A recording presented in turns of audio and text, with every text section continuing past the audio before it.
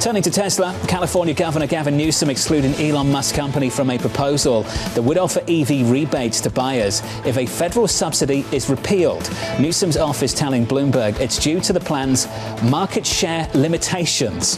Musk calling the proposal insane in a post on X. Dan Ives of Wedbush saying this: with the majority of EVs sold in California being Teslas, this would be a risky political move in our view. Dan joins us for more. Dan, good morning. Great to be here. Do you agree it's insane? Look, you had Jake Paul and Tyson. Now you got Newsom and Musk. I mean, this is going to be a battle, right? And ultimately, it's a political battle. But the only EVs that are made in California are Teslas. So if they actually go down this path, I believe this could be some threats where more and more jobs move from Fremont to Texas, Austin. But at the end of the day, federal tax, as we've talked about, that's going to get ripped away. That's bullish for Tesla.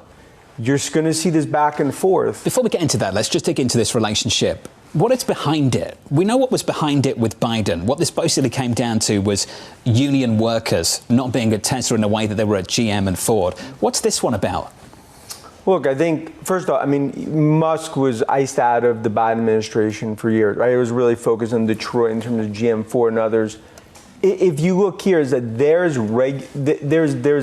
a beef clearly between Musk and Newsom, but essentially what this is really about is that you are going to have these tax credits from a federal perspective taken away.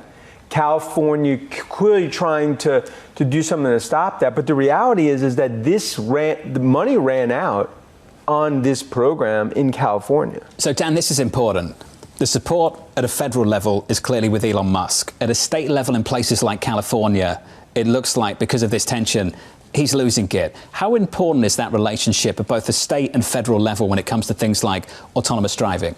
State, we view it as much less than from a federal perspective, because the golden goose here is autonomous. We believe the autonomous piece is worth $1 trillion alone to Tesla. Federal regulatory spiderweb essentially gets ripped away, and I think that's significant. Now, California, Newsom clearly will try to fight some of the autonomous, some of the unsupervised FSD, but this is going to be something that's really going to continue. But I believe Tesla is going to have significant sort of room to what I view as elevate themselves within autonomous. And that's really what I believe is the key to this Tesla story. It's about AI and autonomous.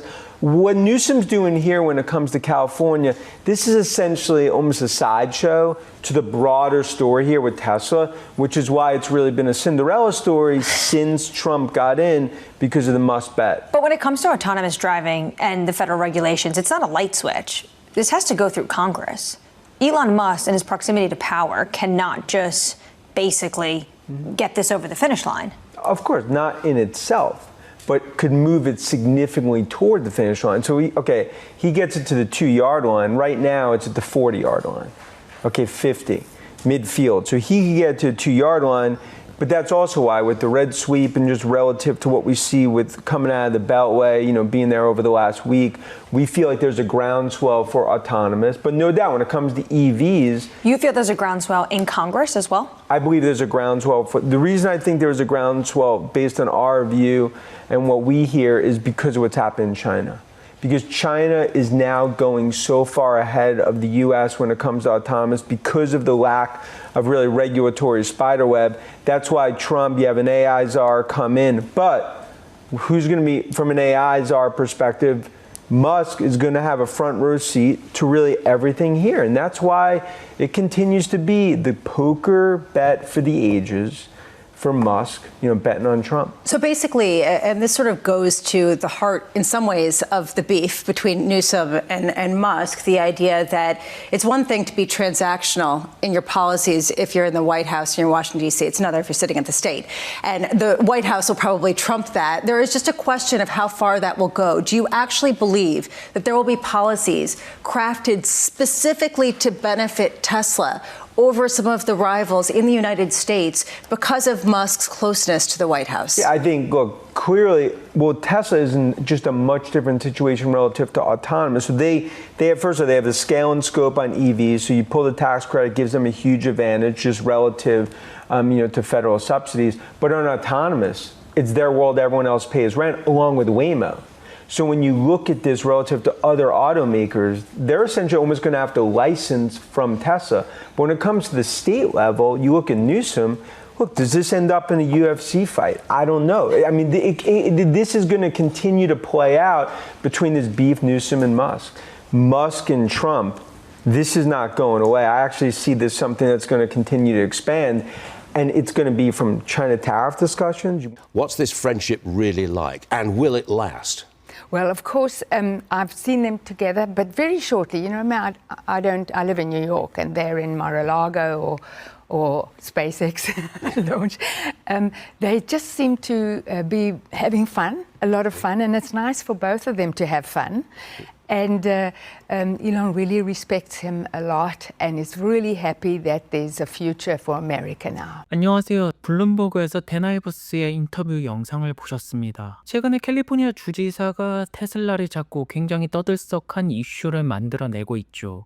그렇지만 댄 아이버스의 분석을 본다라면 전혀 문제가 없다라는 것입니다. 그리고 개빈 뉴섬이라는 분은 모든 것들은 정치적인 관점에서 움직이고 있다라는 것을 알 수가 있습니다.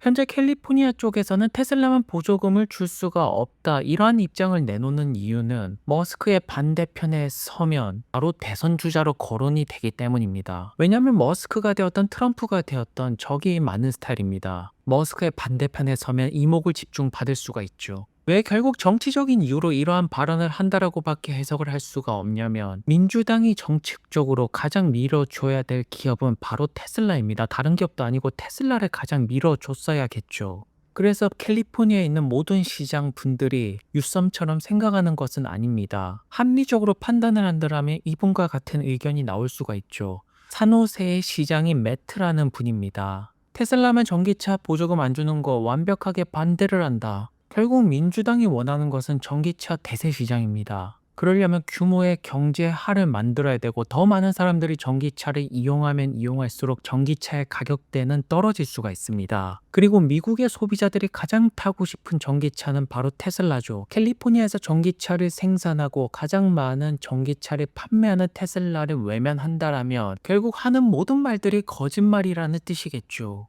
이만큼 규모의 경제화가 굉장히 중요합니다. 전기차 세상을 만들려면 반드시 밀어줘야 될 기업은 테슬라라는 점이겠죠. 왜냐하면 머스크가 옵티머스에 대해서 언급을 할 때도 결국 연간 100만 대 이상을 뽑아야 된다. 결국 많은 사람들이 옵티머스를 구매하고 생산 대수가 크게 늘어날 때 비로소 옵티머스의 가격대가 2만 달러대까지 떨어질 수가 있다고 합니다.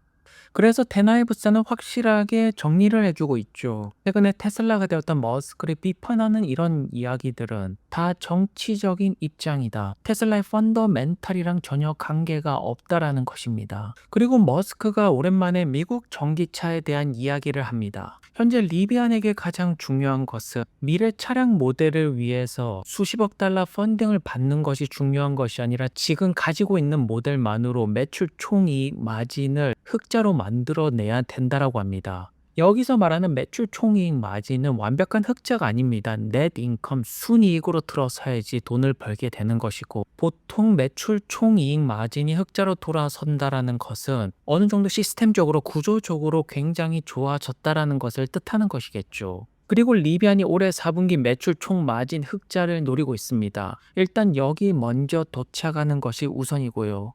그리고 리비안의 CEO RJ 역시나 정확하게 팩트를 보고 있죠. 테슬라의 모델 Y가 5만 달러 미만 전기차 중에서 최고의 차라고 말합니다. 여기서 우리가 모델 Y가 최고의 차가 아니라고 비평하시는 분들도 있습니다. 하지만 선택은 비평가들이 하는 것이 아닙니다. 소비자들이 하는 것이고, 사람들이 가장 많이 선택하는 전기차 바로 모델 Y입니다. 그렇기 때문에 모델 Y가 세계 최고의 차가 된 것입니다. 그래서 웨드 부시의 댄 아이버스는 걱정할 필요가 없다. 정치적인 이런 입장들 전혀 무시하고 테슬라의 펀더멘탈을 보라고 합니다. 목표 주가 400달러를 제시하고 있죠. 일단 400달러까지는 꾸준하게 올라갈 예정이라고 볼 수가 있습니다.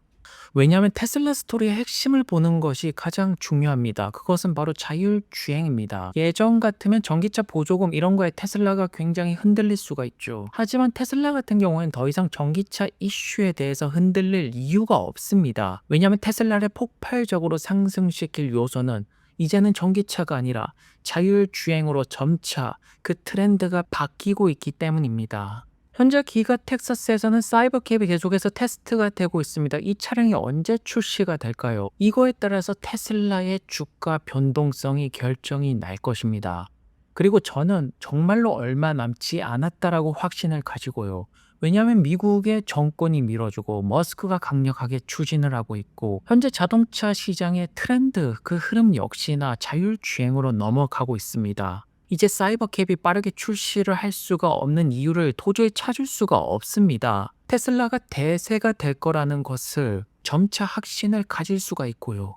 그래서 최근에 뉴스를 본다라면 트럼프가 로보택시 자율주행 차량을 위해서 조금 더 빠르게 패스트 트랙으로 진행시키기 위해서 많은 규제 장벽들을 없애줄 거다. 이러한 뉴스들은 너무나도 많이 나오고 있습니다. 머스크가 그토록 원했던 순간이 오고 있고 테슬라 투자하시는 분들이 그토록 원했던 순간 2025년이라고 봅니다.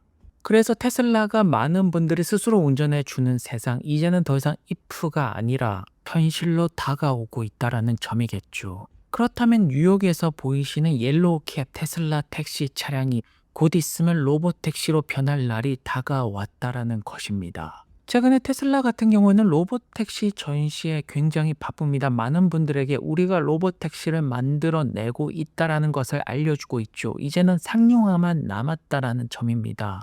그리고 테슬라의 상품성이 얼마나 뛰어나냐면 중국을 보면 알 수가 있습니다.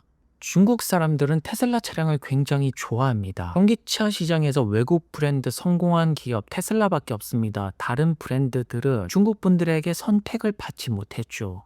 그리고 중국 분들은 이제 벤츠, 아우디, BMW 타지 않습니다. 오히려 테슬라를 훨씬 더 많이 타고 있는 세상이 그려지고 있죠. 왜냐하면 전기차 전환율이 높아져 가고 있기 때문입니다. 그렇다면 미국에서 신차 판매 기준으로 봤을 때 전기차의 비중이 8%에서 10%가량이 되죠. 여기서 이 퍼센테이지가 높아지면 높아질수록 미국 사람들이 선택할 차량은 결국 테슬라라는 점입니다.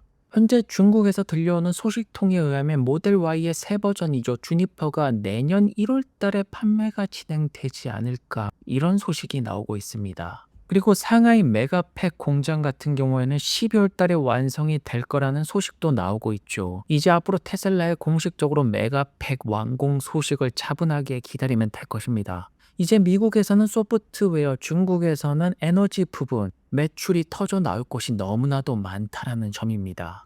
그리고 메이 머스크 같은 경우에는 최근에 아무래도 머스크를 싫어하시는 분들이 트럼프 머스크 사이에 뭔가 문제가 있다 이런 뉴스들을 많이 봤습니다. 전혀 문제가 없다라고 굉장히 좋아 보인다라고 말하고 있죠. 그렇다면 미디어 관점에서 X의 정보력이 더 뛰어날까요? 아니면 우리가 CNN을 더 신뢰를 할 수가 있을까요? 확실하게 X는 미디어로서 파워를 늘려나가고 있습니다. 이 모든 것들은 머스크가 트위터를 인수하면서 새로운 혁신을 만들어냈기 때문입니다. 그리고 머스크가 한국의 저출산 문제를 언급하고 있습니다. 한국이 최근에 저출산 문제가 굉장히 심각하죠. 많은 분들이 아기를 안 낳고 있습니다. 그리고 한국은 한 세대마다 인구의 3분의 2가 사라지게 될 것이다. 결국 아기를 많이 낳아야 됩니다. 그것이 아니라면 한국 역시나 다민족 국가로 가게 될 것이고요. 어쨌든 머스크 같은 경우에는 한국에 굉장히 관심이 많은 것 같습니다. 한국도 걱정해주고요. 그렇다면 FSD 비감독 버전 로보택시 역시나 한국 쪽에 조금 더 신경을 써주기를 바라보겠습니다. 오늘도 좋은 하루 되시고요. 다음 영상에서 뵙겠습니다. 감사합니다.